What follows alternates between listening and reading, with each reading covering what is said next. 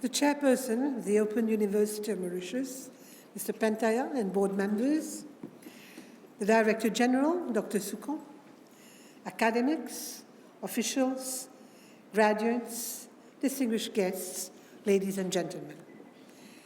Good afternoon. It's a great pleasure and honor for me to be at the Open University of Mauritius today to address this new batch of graduates in the course of its 10th Convocation ceremony. Obviously, congratulations are in order for all of you.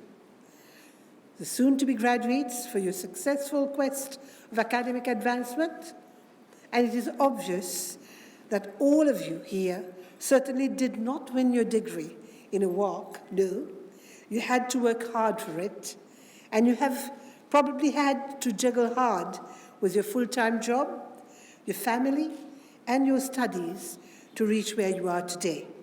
Hats off to you. Graduates, your success is a result of your determination and perseverance and years of hard work and sacrifice. The congratulations extended to you would be incomplete if we do not also thank the family members who have supported you through the years, faculty members who have spent countless hours in guiding you, and their students and staff members who worked hard to ensure a smooth educational process for you all. Ladies and gentlemen, the global conversation today is centered on COVID-19. It has impacted every aspect of our life and will probably continue to do so for a few more years.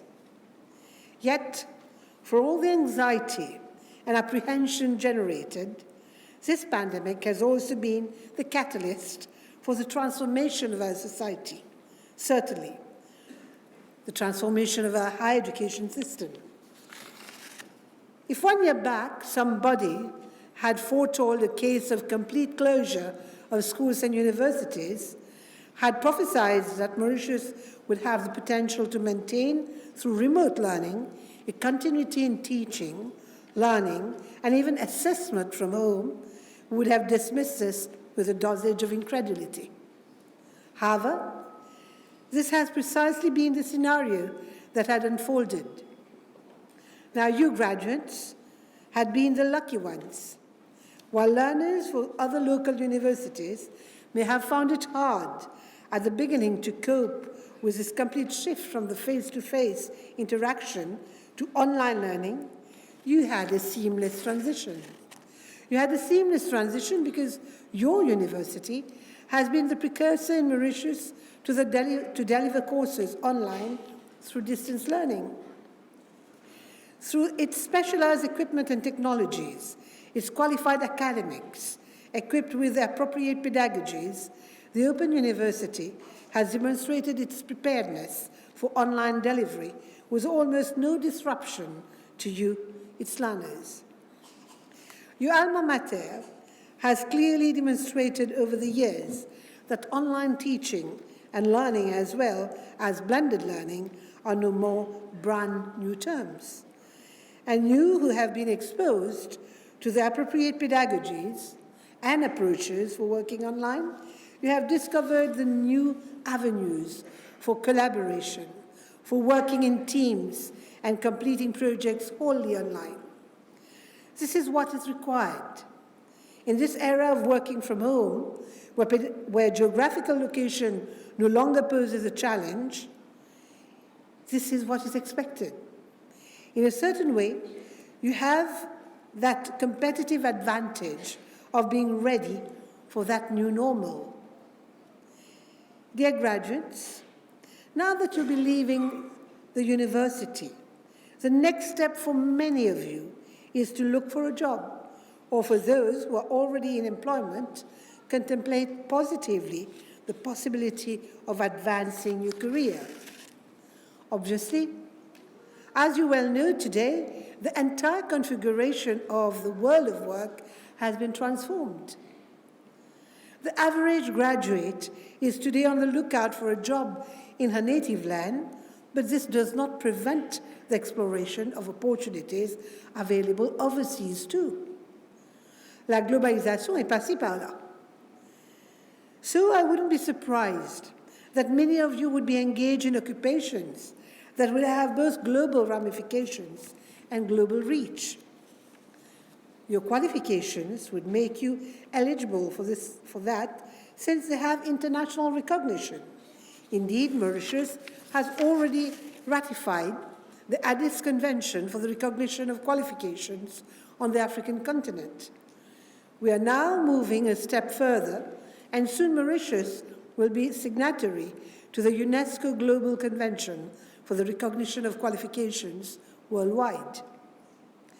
Both these initiatives allow degree holders like you to be mobile and be employable in foreign land.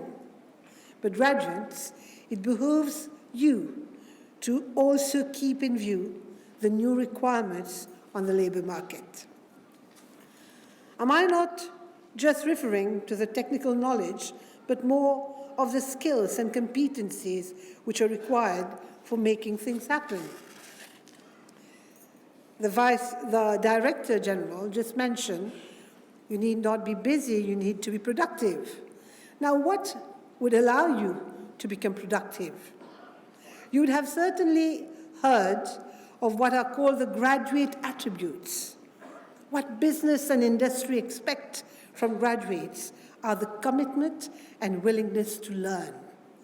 The soft or people skills like communication, friendliness, collaborative work, a sound work ethic, and positive attitudes that encourage tenacity as well as flexibility.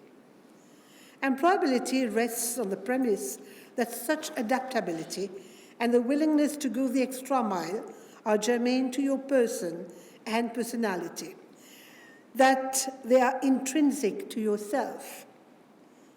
Are they? I certainly hope so. Let me make one step further.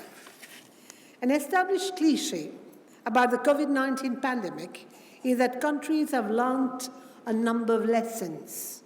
I mentioned one of them earlier, namely the rollout of blended learning.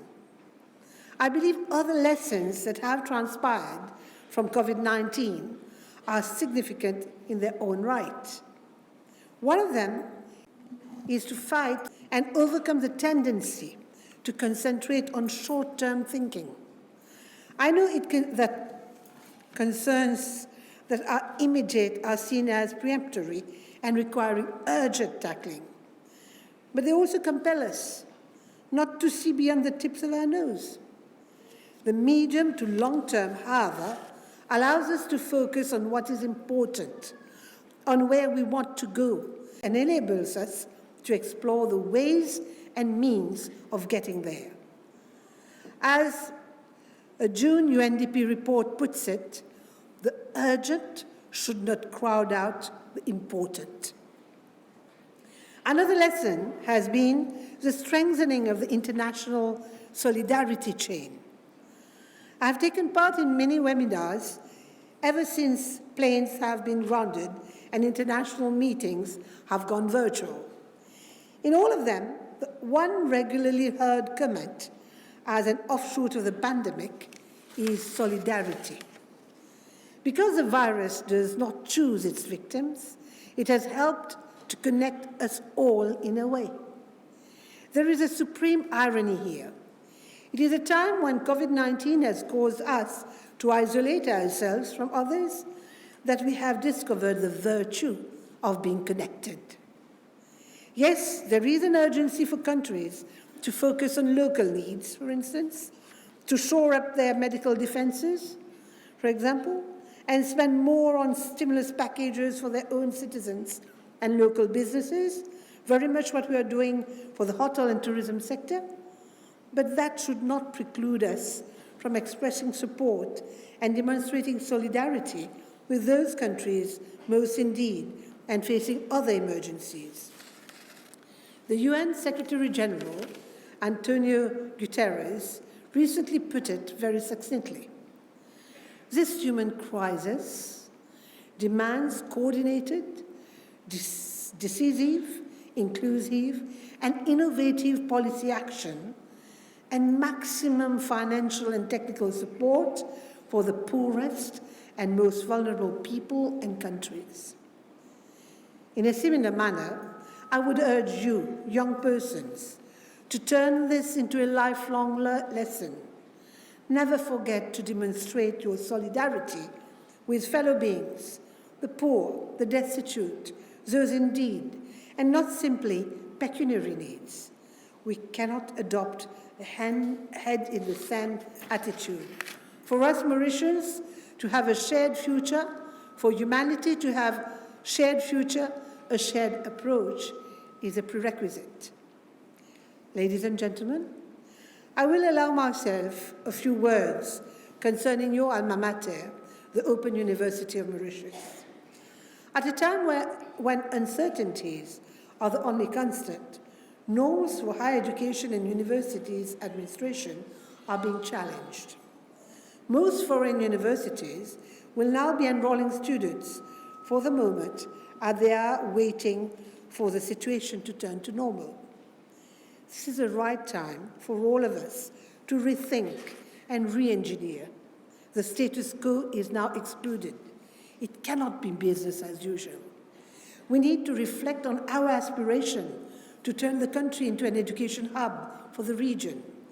We want to attract foreign students, academics, and researchers of high profile to our country to build an economy based on knowledge and innovation. However, in light of the new configuration, it becomes imperative to reimagine, rethink our existing models, and even create new ones. The Open University of Mauritius, I should say, has distinguished itself as a preeminent institution for providing open distance learning and thus supporting the emergence of a culture of lifelong learning for our citizens. My ministry will extend its support to the Open University in its quest for networking and becoming a member of the regional and international associations. When we are faced with the global challenges and uncertainties, the only way out is collaboration. I will therefore encourage the Open University of Mauritius to strengthen its linkages and look out for more opportunities for partnering with foreign universities and institutions. Technology permits it now. On another note, I do feel that there is room for enhanced collaboration between local universities too. In this context of economic turmoil, rationalization of resources and sharing of good practices can definitely enable us to make optimum use of our limited resources. It would be sound for the Open University as well as the Higher Education Commission to explore such new collaborative paradigms. Dear graduates, today is your day, and I dare say a day that you will remember all your life. Now that you are graduating, please keep this in mind. There will be many challenges ahead. Be brave and adopt positive mind. Above all, enjoy what you do. Take pleasure and satisfaction in what you achieve. Whatever your next steps, I invite you to see your studies here as part of a lifetime learning. And I encourage you to use that learning to leave every situation better than it was when you arrived. So, the life is there. You are ready to go for it. Congratulations. You have worked hard. You deserve to be proud of this achievement and to take this opportunity to celebrate. I wish you good luck in all your future endeavors, and I thank you for your kind attention.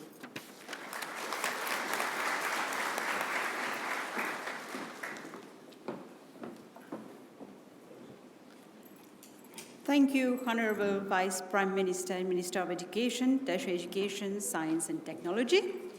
We acknowledge the presence of Mrs. Hakua and Mrs. Rampersad, as well as Mr. Sadia. I kindly request our chief guests to move to center stage, please, and invite the chairperson and Director General to join her. We will present a bouquet to the Vice Prime Minister The chairperson will do the honors.